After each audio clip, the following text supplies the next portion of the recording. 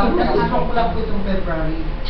February 16 po to be exact, about 2 days ng pagkatapos ng Valentine's Day. Natake po ako sa sobrang pagod po dahil kapag sa trabaho talaga. Because honestly, napakalaki po ng aking report sa kabila. In fact, kanina nga tinawagan ako ng General Manager sa kabila. Number 3 pa po na ako sa Pilipinas kahit hindi ako ng trabaho. And nandito po ako ngayon para inspire kayo. Inspire sa kalagayan ko, kung napapansin niyo po, kanina pa ako nakaupo doon, gustos ako ng gustos. Ano ba ito? Ito yung acupuncture ng wellness.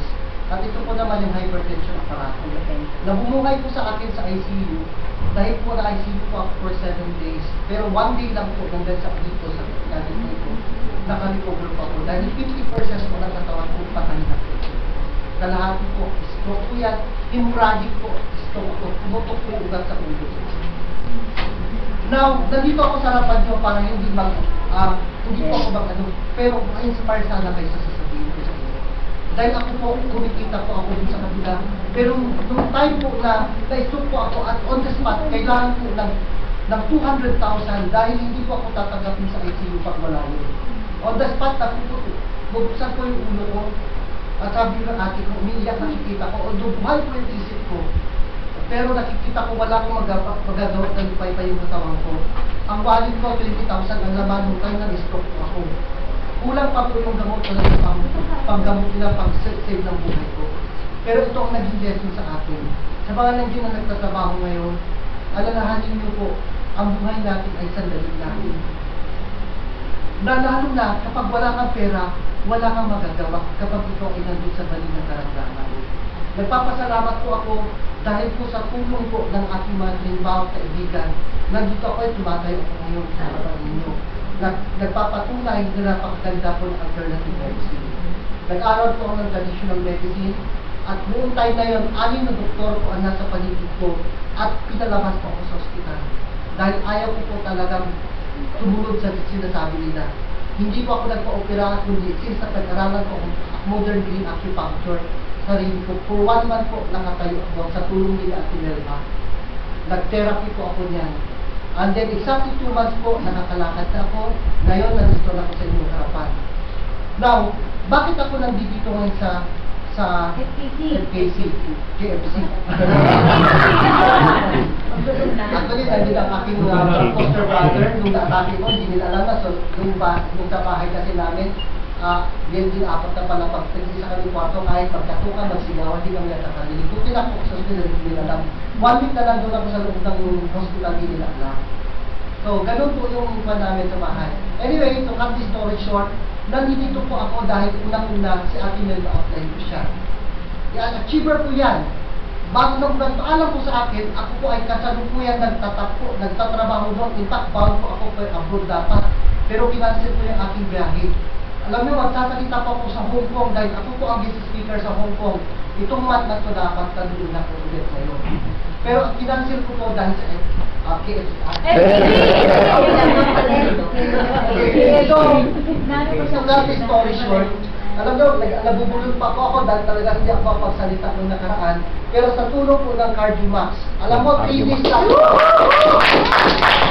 days lang. Ito amazing kung bakit ako talaga napaniwala dito. Dahil kung dumating po ako dito, itong right side po itong pericardium 6 ko po, hindi po gumagalaw yan. Masakit pa rin yan. Tapos ito pong dito po sa stone 36 kung saan yung mga factories, may mga number kami dito. Hindi ko pa mailaas yan pa. Pero alam niyo po ba, nakainom na po ako ng 2 magdamag dito. At saka yung anti-oxidant, alam niyo po ba, yung gulong ko, napalitan ng daldal. Kaya ang daldal ko ngayon, dahil bakit kanina 3 ang nilaklas ko ng klase ng gamot para dito ako magsalita. Kasi bakit hindi ako makapagsalita, hindi ako makapag-share sa inyo dahil bukas po lilipad na ako dito. Kanina lang po, ayaw ko talagang pumunta dito. Bakit? Kaya lang, paano ako hindi makapunta dito? Dahil talagang sobrang trabaho ko, dahil ang bagyo ko, nag-schedule ang bagyo ko, meron pa ako doon bukas, 28 na mag-seminar, at sila ay buhay. Sumabi na, mag-join sila sa akin. Woo! Hindi ako kayo umalis dito dahil sila po, si ma'am, kung alam niyo na po, siya po ang Executive Vice President po ng Quezon City Medical Center. Bakit ako hindi ko pwede pupunta dito? Oh, nandito yung mga big time ko na mga associate. Top notcher po dito dating, actually manager sila sa Prudential before, co-manager ko sila. Ako po yung pinaka-youngest manager noon, 23 years old po ako naging manager po ako sa Prudential. Dahil po ang qualification ko, yun po ang nagdala sa akin doon. But ito kasi story short, mahaba kong kwento. Pero ito na lang, huwag na huwag kayong hindi magtatrabaho sa dito sa FKC. Alam niyo kung bakit? Ako ngayon po, kanina lang, kung bakit ako late na late dito, alas 3 dapat nandito na ako, ilo schedule ko.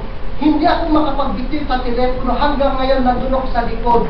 Ang daming nagdadatingan kong mga group dito.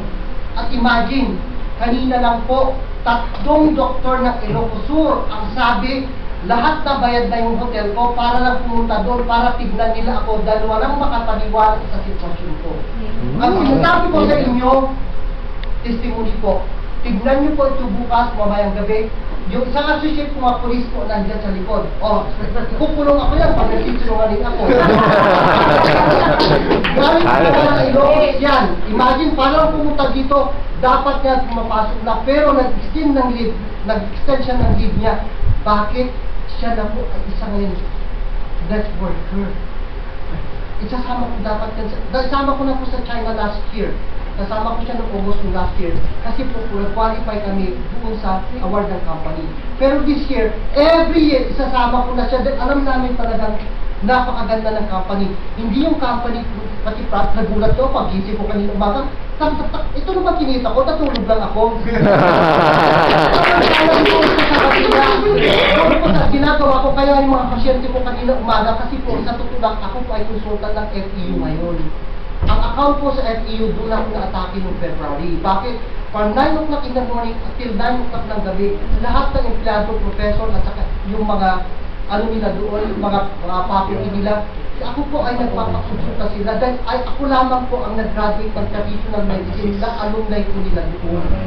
So, with that, mamaya, sige, ayun, wala yung pang-check up ko pala nyo.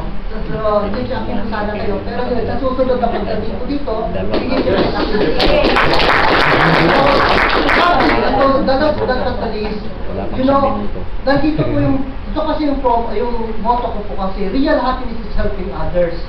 Diyan nga nagalit ang tatay at nanay ko, bakit daw ako nagpakahirap at noong time na nasa balik ako nagkaramdaman. Sa totoo lang, nagpasalamat po ako dahil doon nila nakita ng tatay at nanay ko gaano suporta sa akin. Nung umiiyak yung ate ko, alam mo na walang pera on the spot, anong ginawa? Lahat ng palibot ko doon mga kaibigan ko, kung nag-ambag-ambag, may 5,000, may 10,000, para on that day, alas 10 ako tinakbo ng hospital, walang bangko ng alas 12 ng gabi. Pero kailangan ko, bumili sila lahat ng kailangan ko sa hospital. But imagine, na-provide ko, God is good. Kaya nga po ang pangalan ko sa ating monitor, ay sa ating pangalan doon, Miss Cunito, Psalm 23, the Lord is my shepherd. At with that, alam ko po, mabibless kayo tomorrow. Tomorrow po, pag hindi kayo kumilos, ako ang kikilos sa mga kakilala nyo. Ayaw ko magsalita ng mahaba kasi matatayong oras ko dahil marami pa akong gustong sabihin sa inyo, pero next time na meron na po akong achievement dito, that's the time na magsasalita ko. For now po, I want to inspire you lang. Sana, nakikita yung produkto, napakaganda. Yung police din siya kasama ko, natulog sa bahay yan. Ang sarap ng tulog niya doon sa Relactin, yung first day. So, mamaya, bibig yung mga associate ko, meron lang akong konting ano doon, matitikman ko rin kayo para maranasan nyo. Yung iba, bahala na sila, meron silang ibig. Meron! So, maraming salamat po, and God bless po.